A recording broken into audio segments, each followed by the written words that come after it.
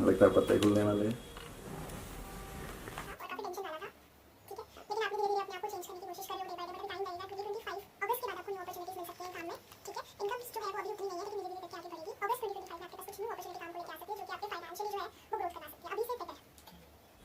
आप जो पूछना चाहते हो आपको पूछो। आपने क्या क्वेश्चन पूछा? नमस्कार, स्वागत है आपका सनराइज में। और मैं शिवम। वैसे भी 2024 जो है वो खत्म होने की कगार पर ही है, और इसीलिए मैंने सोचा कि बहुत से लोग हैं जो अपने भविष्य को लेकर परेशान हैं। तो आज मैं आपको मिलवाता हूँ जैस्मिन जी से। एक मल्टी टैलेंटेड वीमेन है, एंड आफ्टर दैट एक ऐसे इंसान है जिन्हें लोगों से बहुत प्यार है, और इसी के चलते उन्होंने अपनी पढ़ाई छोड़कर, पीएचडी की डिग्री छोड़कर जो है वो एस्ट्रोलॉजी में पढ़ना चाहा, और उसके बाद वहाँ पर बहुत अच्छी अच्छी रिसर्चेस की और टॉप मोस्ट लोगों की जो है हेल्प करी है उनके फ्यूचर को सिक्योर करने में, और जो खराबी फ्यूचर में और समय में चलती है उसको भी ये चेंज कर सकते हैं। जो बिल्कुल हर एक चीज चेंज होती है, nothing is impossible, the words itself says I am possible. तो मिलिए है जैस्मिन जी से। Thank you so much Shivam, thank you. So मैं अपने बारे में बता देती हूँ। मैं जैस्मिन कौर हूँ और मैं जम्मू से ही हूँ, जम्मू की ही बेटी हूँ। और मैं एस्ट्रोलॉजी को लगभग अब 5 साल से कर रही हूँ। और जैसे कि इन्होंने बताया कि हाँ, मैं पीएचडी कर रही थी, माइक्रोबायोलॉजिस्ट थी मैं। और मैं काफ़ी देर रिसर्च में रही हूँ, मेरे काफ़ी पेटेंट्स हैं, पेपर्स हैं। लेकिन उसके बाद मुझे ऐसा लगा कि मैं अपने लोगों के लिए क्या कर सकती हूँ, जो कि लोग सफरर हैं, कुछ लोग डिप्रेशन में, एंजाइटी में हैं, जो कि मेरे साथ भी एक बार ऐसा हुआ था जब मैं पीएचडी कर रही थी। तो मैं भी इन चीज़ों का शिकार हुई थी। उसके बाद मुझे लगा कि नहीं, मुझे कुछ करना चाहिए, ऐसी कोई थेरेपी या ऐसी कोई चीज़ जिससे हम लोगों को ठीक कर सकें। तो मैं इसके बारे में जब रिसर्च करने लगी, बिकॉज रिसर्चर थी, पहले से बैकग्राउंड रिसर्चर था, तो मेरे को रिसर्च करना बहुत अच्छा लगता है। तो मैंने एस्ट्रोलॉजी में ही रिसर्च करना स्टार्ट कर दिया कि मैं लोगों को कैसे हेल्प कर सकती हूँ। तो उसके लिए फिर मैंने अलग अलग डिफरेंट कोर्सेज सर्च किए। तो मैं अब एक काउंसलर भी हूँ, रिलेशनशिप काउंसलर हूँ, टैरो रीडर हूँ, न्यूमेरोलॉजिस्ट हूँ। और हम जो बच्चे हैं, जो बच्चों को नहीं समझ आ रहा करियर में क्या करना चाहिए, उनको भी हम काउंसिल करते हैं। जो बच्चे डिप्रेशन के शिकार हैं, जिनको एंजाइटी होती है पढ़ाई में, उनको भी हम समझाते हैं कि किस तरीके से आगे बढ़ा जाए और कैसे कैसे उनको अपने आप को हील कर सकते हैं, इन चीज़ों से बाहर निकाल सकते हैं। तो ये सब करने चलिए। और अब मैं आज जो है वो एक एस्ट्रोलॉजर, एक टैरो रीडर के नाम से जाने जा रही हूँ। तो थैंक यू। जैस्मिन जी, अगर बात करें तो जम्मू के जो है वो टॉप मोस्ट फेसेस आपके साथ जुड़े हुए हैं, आप बहुत लोगों को काउंसलिंग कर चुके हैं। सबसे पहले ये बताइए, टैरो रीडिंग होती क्या है? क्योंकि बहुत से व्यूअर्स आए जिनको पता नहीं है कि टैरो रीडिंग होती क्या है। तो प्लीज इनको थोड़ा बता दीजिए कि किस तरह से टैरो कार्ड्स जो है वो किस्मत बदल सकते हैं। देखिए, जो भी लोग हमें देख रहे हैं, जैसे कि सबको एस्ट्रोलॉजी के बारे में नॉलेज है, क्योंकि आज जब आप कहीं पे भी आप मैरिज के लिए रिश्ता देखते हैं तो आप अपनी कुंडली जो है जरूर चेक करवाते हैं। सब देखते हैं कि कहीं हम मांगलिक तो नहीं है, कोई दोष तो नहीं है। वो सब चीजें आज भी फॉलो की जा रही है और आगे भी की जाएंगी। तो इसी तरीके से जब आप एस्ट्रोलॉजी के बारे में बात करते हैं तो इसकी बहुत सारी फील्ड्स आती हैं। ऑकल्ट साइंसेस बोलते हैं इसको। इसमें बहुत सारी फील्ड्स आती हैं, जैसे कि टैरो रीडिंग हो गया, न्यूमेरोलॉजी हो गया, रेकी हीलिंग हो गया, क्रिस्टल थेरेपी हो गया। तो ये डिफरेंट ब्रांचेस है एस्ट्रोलॉजी की, जो कि जिसमें से टैरो रीडिंग भी एक ब्रांच है। और टैरो रीडिंग में बेसिकली टैरो कार्ड्स का यूज किया जाता है। ये इटली का कंसेप्ट है, इटली में ये स्टार्ट हुआ था। उसके बाद ये कार्ड से, जैसे कि हम एस्ट्रोलॉजी में अपनी कुंडली में आपको डेट ऑफ बर्थ, जो आपके एस्ट्रोलॉजर होते हैं वो पूछते हैं, वैसे ही टैरो रीडिंग में आपका डेट ऑफ बर्थ पूछा जाता है, आपका नाम पूछा जाता है, और उसके अकॉर्डिंगली हम जो कार्ड्स हैं वो रीड करते हैं। इसकी प्रॉपर स्टडीज होती हैं, इसकी मास्टर लेवल स्टडी होती है, फिर आगे इसको प्रोफेशनल लेवल पे किया जाता है। तो प्रॉपर कोर्सेज होते हैं, जो कि मैंने भी कोर्सेज किए हैं, और इनको सीखा जाता है कि कार्ड की स्टडी होती है। इसमें 2 टाइप के कार्ड्स होते हैं, major arcana and minor arcana, वो की कैटेगरीज में डिवाइड हुए होते हैं कार्ड्स। उनकी स्टडी करके ही रीड की जाती है। तो ये मेजर और माइनर में डिफरेंस क्या है, थोड़ा कुछ हमारे व्यूअर्स को बताइए। जी, मेजर माइनर आर्काना कार्ड्स के ही नाम रहते हैं, जो कि मैं बिल्कुल सिंपल लैंग्वेज में, अभी कार्ड्स को हम एक्सप्लेन बहुत ज्यादा नहीं करेंगे, बिल्कुल सिंपल लैंग्वेज में जो कि आपको समझ आए, कि इसमें कुछ कार्ड्स के कुछ मेजर कार्ड्स होते हैं जहां से आप बिल्कुल पर्सन की जो आप कोर समझ सकते हो, बेसिक जो उसकी लाइफ है, उसकी लाइफ की रिपोर्ट आप मेजर से समझ सकते हो। और जो माइनर आर्कानास होते हैं उसमें आप उनके आगे समझ सकते हो कि आगे लाइफ में क्या स्टोरीज मतलब चलेंगी या क्या हो सकता है। तो ये डिफरेंट कार्ड्स के ही नाम होते हैं, जिनमें आप पढ़ाई करके आप समझ पाते हो कि मेजर से आपको मेजरली जो चीजें हैं वो बाहर आती है इंसान की लाइफ की, और माइनर से आप नाम से समझ सकते हो कि माइनर एस्पेक्ट्स जो है वो आप देख सकते हो। सो अगर मैं आपसे कहूँ कि किस तरह से होता है, मुझे एक डेमो चाहिए, तो काइंडली गिव मी अ डेमो कि किस तरह से मेजर और माइनर कास्ट जो है वो जिंदगी बता दे, बिकॉज हमारे दर्शक भी बहुत ज्यादा अट्रैक्ट होंगे और देखना चाहेंगे, और शायद कुछ दर्शक हो जो आपको पर्सनली कांटेक्ट कर आपसे मिलना चाहें और आपसे अपनी जो लाइफ है उसे ठीक करवाना चाहें? देखिए, मैं सबसे पहले यहाँ पे एक चीज बताना चाहूंगी जो कि बहुत इंपॉर्टेंट है। हर एक इंसान कहता है कि टैरो रीडर जो है वो भविष्य बदल देते हैं, सच बता देते हैं। देखिए, ऐसा कहना बिल्कुल गलत है। हमेशा एक चीज का ध्यान रखिए कि जो टैरो रीडिंग होती है वो वही इंसान कर सकता है जो कि मेडिटेशन में स्ट्रांग है। उसको पहले टैरो रीडिंग करने से पहले अपने आप को मेडिटेशन में डालना पड़ता है।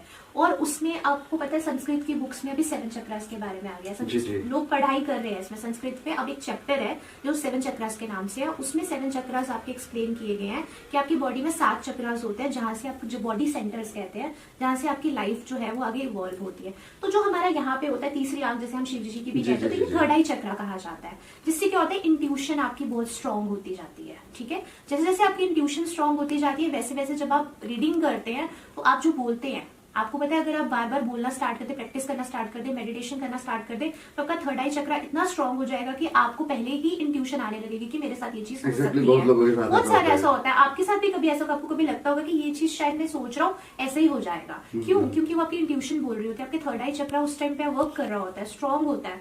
तो वही चीज हमारी जो है कार्ड्स के थ्रू रीड की जाती है। कार्ड एक मीडियम है एक डिवाइन सोर्स के साथ कनेक्ट होने का। ठीक है, डिवाइन सोर्स है। आप लोग मंदिर जाते हैं, मस्जिद जाते हैं, पीर बाबा जाते हैं, कहीं भी जाते हैं, गुरुद्वारे जाते हैं, आप वहां पे बैठ के एक भगवान को याद करते हैं। वो क्या है? एक पार है, वो एक वैसी लाइट है, व्हाइट लाइट है, जिसको आप सब याद करते हैं। वो दिखते नहीं है वहां पे कहीं पे भी, लेकिन आप वहां पे जाके उनको डिवाइन पावर को याद करते हैं और वो आपको कुछ मैसेजेस, कई बार आप मंदिर में बैठो, आपको हाँ या ना के आंसर मिलेंगे वहां बैठ के। बहुत बार ऐसा होता है, जो लोग स्पिरिचुअल है वो लोग बैठते हैं 2-2, 3-3 घंटे तक अपनी मेडिटेशन में बैठ के, उनको बहुत सारे आंसर्स मिलते हैं। तो इसी तरीके से जब आप भगवान से, उस डिवाइन पावर से आप आंसर मांगते हैं, तो आपको एक सोर्स चाहिए। वो एक सोर्स कार्ड है, वो एक रीडिंग सोर्स है। ठीक है, चाहे आप मेडिटेशन के थ्रू उसका आंसर ले लें या आप कार्ड्स के थ्रू ले लें, तो इस तरीके से टैरो वर्क करता है। तो आपने साथ साथ में ये भी बताया कि आप जेमस्टोन हीलिंग भी करते हैं, क्योंकि बहुत से लोग हैं जो कि हीरा और पन्ना और नीलम नहीं पहन सकते, तो उनके लिए कुछ एक्साइटिंग सी चीज बता दीजिए आप। देखिए, मैं सबसे पहले यहाँ पे बताना चाहूंगी कि मैं क्रिस्टल थेरेपिस्ट हूँ और हम क्रिस्टल थेरेपी करते हैं। और जिनको नहीं पता है क्रिस्टल्स के बारे में, तो मैं बता देती हूँ कि क्रिस्टल्स जो है वो भी सेमी प्रेशियस स्टोन्स हैं जो कि आपके अर्थ से आते हैं। और जो भी चीज, अब ग्रेविटेशनल फोर्स के बारे में तो सबको पता है कि इनमें कुछ ना कुछ फोर्स होती है, फिजिक्स सबने पढ़ी है। तो जो भी चीज आपकी अर्थ से आएगी उसमें कुछ वाइब्रेशंस होंगी, उसमें कुछ पार होगी। जैसे कि आप एस्ट्रोलॉजी के लिए अगर आपका कोई भी ग्रह जो है वो भी, क्या आपको कोई ना कोई स्टोन दिया जाता है। कई बार वो ऐसा स्टोन दिया जाता है जो कि आप नहीं अफोर्ड कर सकते हैं, कई बार वो बहुत कॉस्टली होता है। तो क्रिस्टल्स जो हैं वो बहुत चीपर होते हैं। आप उसको पहन के भी अपनी चीजें जो हैं, अपने जो चार्ट है आपका, जो भी आपका प्लैनेट वीक कर रहा है, आप उसको स्ट्रॉन्ग कर सकते हैं। तो इस तरीके से मैं क्रिस्टल थेरेपी करती हूँ। क्रिस्टल्स के हम खुद कॉम्बिनेशन बनाते हैं, खुद मैं स्टडी करती हूँ कि कौन सा कॉम्बिनेशन, कितना अमाउंट ऑफ क्रिस्टल किस पर्सन को देके उसकी एंजाइटी या डिप्रेशन ठीक करें। आज मैं शिवम जी आपको बता दूं कि मैंने 90 to 95% मैंने लोगों की जम्मू में जो लोग मेरे पास आए हैं, success rate 90 to 95% depression and anxiety का है। और जस्ट हम एक क्रिस्टल देख के उनकी पूरी मेडिसिन जो है वो बंद करवा देते हैं। और ये फीडबैक्स मेरे लाइव पेज पे भी हैं लोगों के, और वो जम्मू के लोकल लोग हैं, कोई ऐसे बाहर से लोग नहीं है। वो लोग हैं जिनको काफी लोग जानते भी, और वो लोग हैं जो लोगों का आप रोज जम्मू में नाम सुनते हैं।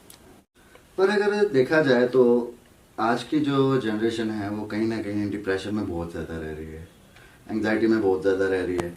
तो उस जनरेशन के लिए कुछ एक छोटी सी चीज अगर आप बता दें कि लोगों को फ्री में टिप्स मिल जाए, तो आई थिंक ये चीज बहुत बेटर रहेगी हमारे दर्शकों के लिए।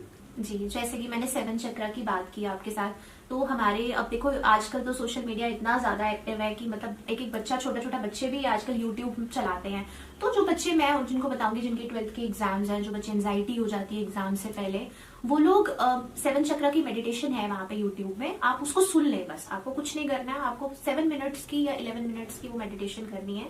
उसके बाद आपकी जो एंजाइटी है वो काफी ज्यादा रुक जाएगी। ये तो एक ऐसी टिप है जो आपको कभी भी किसी भी टाइम आपको मिल सकती है, एक फ्री टिप है। उसके बाद आप जो है क्रिस्टल थेरेपी पे जा सकते हैं, उसके लिए आप मुझे कॉन्टैक्ट कर सकते हैं।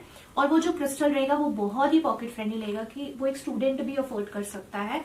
बस वो पहनना है आपने, और उस 1 से 1.5 महीने में अगर आप कोई मेडिसिन भी ले रहे हैं, कोई भी चीज ले रहे हैं, मैं ये नहीं कहती कि आप मेडिसिन बंद कर दें, आप उसको कंटिन्यू रखें, लेकिन वो धीरे धीरे खुद ही आपके डॉक्टर बंद करवा देंगे।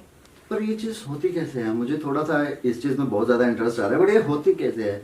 एक क्रिस्टल पहनने से एक इंसान की दवाइयां अगर बंद हो जाए तो इससे बढ़िया बात ही कोई नहीं है।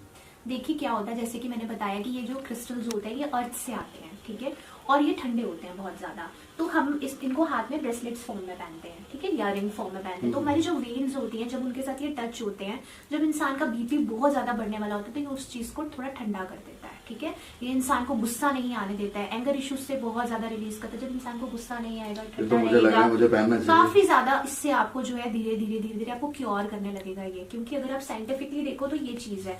और फिर इसके जो डिफरेंट स्टोन्स होते हैं वो डिफरेंट प्रॉब्लम से एसोसिएट होते हैं कि कौन सा स्टोन है वो किसको ठीक कर सकता है। देन अगेन अगर मैं 7 चक्रा की बात करूं तो हमारे चक्रास का कलर होता है, ठीक है, और हमारे जो सर पे चक्र होता है उसको क्राउन चक्रा कहा जाता है, जिसका कलर वॉयलेट होता है। अगर आप देखो अभी 7 चक्रस की इमेज तो उसमें वॉयलेट कलर का जो आपका अपर एरिया है वॉयलेट कलर का होता है। तो अगर वॉयलेट कलर के क्रिस्टल्स पहनते हो तो वो आपके ब्रेन से जितनी प्रॉब्लम्स है, आपकी सर दर्द है, आपको एंगर आ रहा है, दिमाग से ही सारा काम होता है।